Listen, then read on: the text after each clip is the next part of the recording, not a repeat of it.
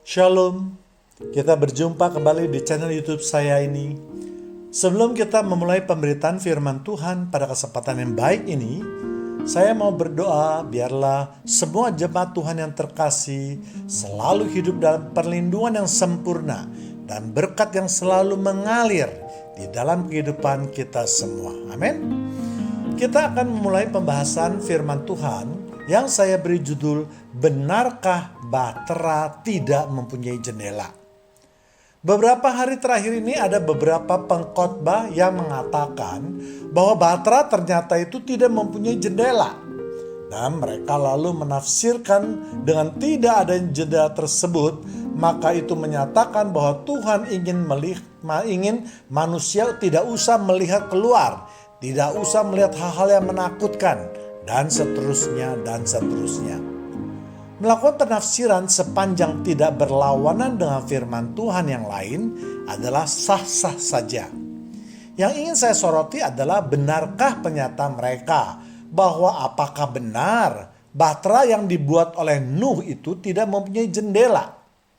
Karena jika ternyata bahwa bahtera tersebut mempunyai jendela, maka semua argumen yang mereka sampaikan menjadi batal atau tidak mempunyai kebenaran firman Tuhan lagi. Karena yang menjadi patokan atau dasar daripada pemberitaan firman tersebut adalah ayat tersebut. Ternyata kalau itu tidak benar, maka itu tidak menyatakan kebenaran daripada firman Tuhan. Bahkan boleh dikatakan apa yang disampaikan itu bukan lagi firman Tuhan. Mari kita lihat, apakah benar Alkitab mengatakan bahwa bahtera yang dibangun oleh Nuh itu tidak mempunyai jendela? Dapat kita lihat di Kejadian 8 ayat 6. Sesudah lewat 40 hari, maka Nuh membuka tingkap yang dibuatnya pada bahtera itu. Saya ulangi. Maka Nuh membuka tingkap yang dibuatnya pada bahtera itu. Arti tingkap menurut Kamus Bahasa Indonesia adalah jendela di atas ataupun di dinding ataupun di tempat lainnya. Jadi jelas ada jendela pada bahtera yang dibuat oleh Nuh. Ayat tersebut terang benderang menyatakan bahwa Nuh membuka tingkap yang dibuatnya, bukan dibuat oleh orang lain, dan bukan pula pada tempat lain, yaitu pada bahtera itu.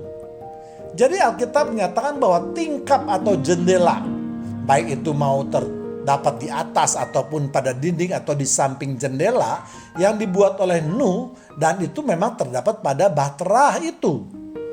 Mungkin para pengkhotbah tidak teliti memperhatikan ayat ini, atau lebih senang memperhatikan gambar atau ilustrasi yang dibuat oleh manusia yang selama ini dapat kita lihat di sosial media ataupun di gambar-gambar yang lain, atau mungkin dalam suatu film, bukan oleh Allah. Bahkan ada sebagian pengkhotbah yang mencari sensasi untuk memberitakan firman Tuhan menurut pemikirannya sendiri, supaya kelihatan firman Tuhan itu hebat atau seru, dan dialah pertama kali yang menemukan penafsiran tersebut. Lebih lucu lagi, mereka mengatakan bahwa Nuh melepaskan burung merpati dan seterusnya dan seterusnya. Padahal pada 6 ayat 6 dan 7 itu adalah saling berhubungan atau saling menjelaskan bahwa karena adanya tingkap itu, lalu Nuh melepaskan seekor burung gagak, bukan burung merpati. Burung merpati dilepaskan setelah burung gagak dilepaskan terlebih dahulu. Dapat kita baca di kitab Kejadian 8 ayat 7. Lalu ia melepaskan seekor burung gagak, dan burung itu terbang pulang pergi sampai air itu menjadi kering dari atas bumi. Jadi kalau bahtera tersebut tidak mempunyai jendela, lalu dari mana burung-burung tersebut dapat dilepaskan atau keluar dari dalam bahtera? Apakah Nuh membuka pintu bahtera tersebut? Jelas tidak, karena pintu bahtera itu sangat besar dan sangat berat. Kalaupun katakanlah Nuh sanggup untuk membuka pintu bahtera itu seorang diri atau bersama dengan keluarganya, maka air bah pasti masuk ke dalam bahtera. Karena bahtera itu akan tenggelam. Jadi mari jemaat Tuhan yang terkasih, saya tidak pernah bosan untuk selalu mengajak jemaat Tuhan untuk terus membaca Alkitab dan merenungkannya. Dengan demikian kita akan menjadi lebih mengerti dan lebih kritis terhadap setiap pemberitaan firman Tuhan. Karena sekarang ini banyak pengkhotbah yang berani mencuri kemuliaan Tuhan dengan pemberitaan firman yang tidak sesuai dengan firman Tuhan. Mereka bangga kalau dapat membuat jemaatnya terkesima, walaupun sesungguhnya pemberitaan tersebut tidak berdasarkan Alkitab. Padahal sesungguhnya pemberitaan firman Tuhan itu harus berdasarkan Alkitab murni. Artinya yang tertulis di dalam Alkitab. Dan nama Tuhanlah yang dimuliakan atau ditinggikan. Bukan nama para pengkhotbahnya. Bahkan di dalam terjemahan bahasa Inggris, yaitu dari King James Version, mungkin lebih jelas karena menggunakan kata window. Kita baca di Genesis chapter 8 verse 6.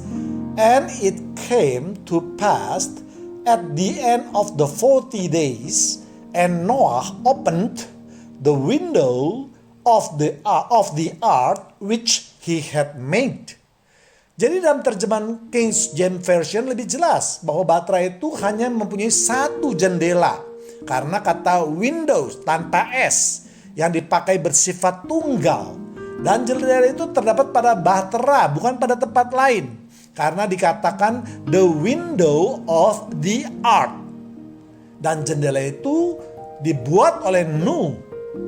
Jadi ayat-ayat ini jelas, terang benderang. Dan tidak usah ditafsirkan yang lain-lain lagi. Kalaupun ingin menafsirkan bahwa ada sesuatu yang istimewa pada bahtera itu, bukan pada jendelanya, tetapi pada kemudinya. Memang dalam Alkitab tidak dijelaskan apakah ada kemudi yang dibuat oleh Nuh pada bahtera tersebut. Tetapi masih bisa ditafsirkan atau diterima dengan nalar yang sehat. Bahwa sesuatu yang tidak disebutkan di Alkitab itu bisa berarti tidak ada. Dan penafsiran ini jauh lebih baik daripada mengatakan tidak ada jendela pada bahtera.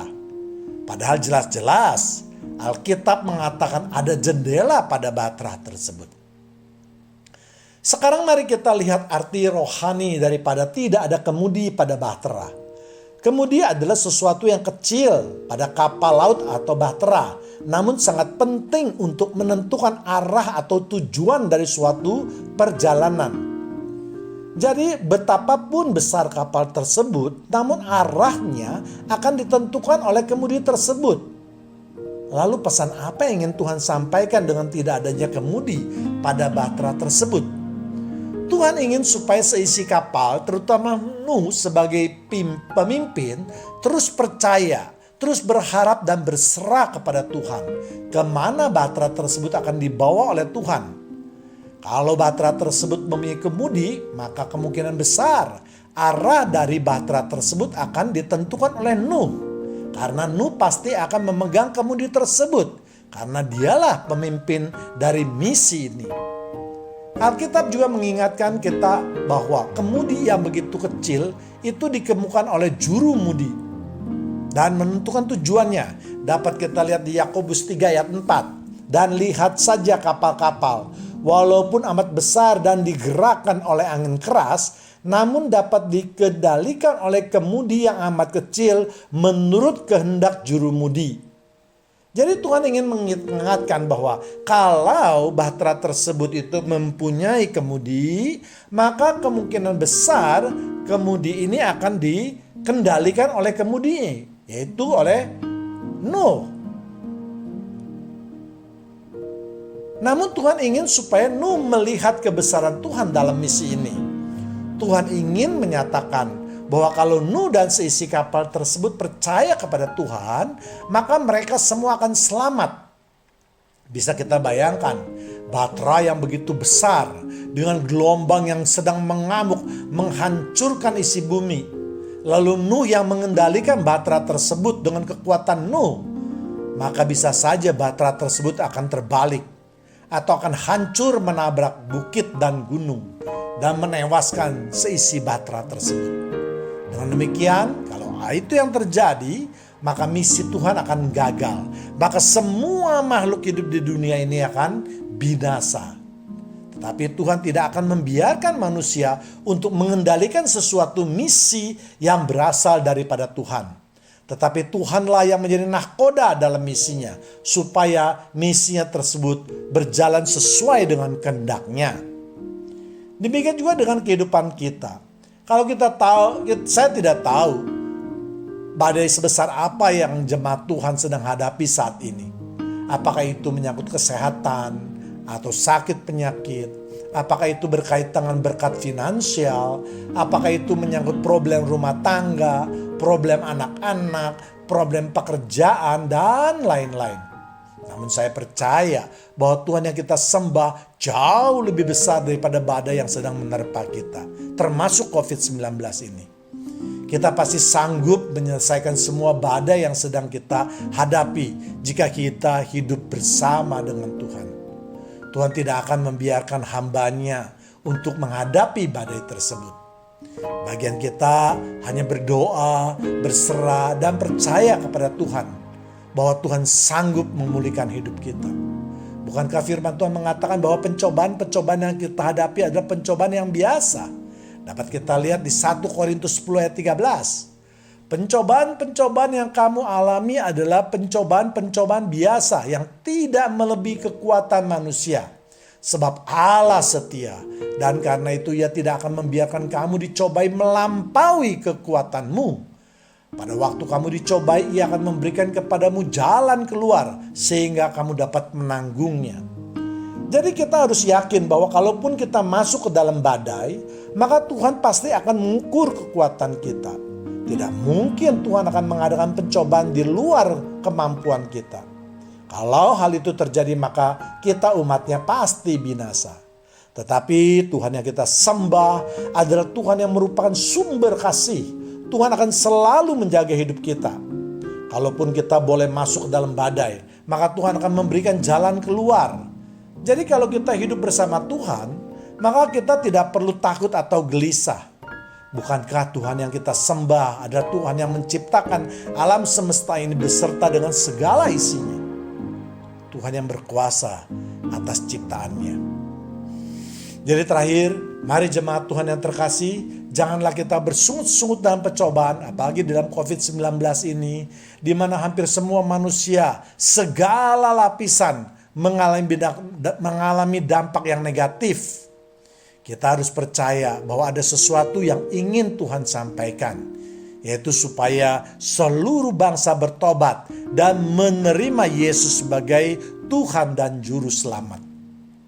Bagian kita pasti hanya berdoa yang tadi saya katakan, berserah dan percaya saja. Bahkan Tuhan menjanjikan kepada umatnya akan seperti seekor burung raja wali dalam menghadapi badai. Dan ini kita dapat lihat di Yesaya 40 ayat 31. Tetapi orang-orang yang menanti-nantikan Tuhan mendapat kekuatan baru. Mereka seumpama raja wali yang naik terbang. Dengan kekuatan sayapnya mereka berlari dan tidak menjadi lesu. Mereka berjalan dan tidak menjadi lelah. Jika kita terus menaruh pengharapan kita kepada Tuhan, maka kita akan mendapatkan kekuatan baru. Kita akan ditopang, kita tidak akan jatuh. Dan kalau jatuh pun kita tidak akan tergeletak, kita akan bangkit kembali. Kita diumpamakan seekor burung raja wali yang akan terbang dengan memakai kekuatan badai. Kalau burung lain akan bersembunyi ketika badai datang. Tetapi seekor raja wali akan masuk ke dalam badai, menantang badai dan tetap kuat akan terbang dengan sayapnya. Bahkan akan memakai kekuatan badai tersebut untuk melambung tinggi di angkasa, untuk menyatakan keperkasaannya. Itulah upah bagi mereka yang selalu berharap kepada Tuhan. Demikianlah firman Tuhan pada kesempatan ini.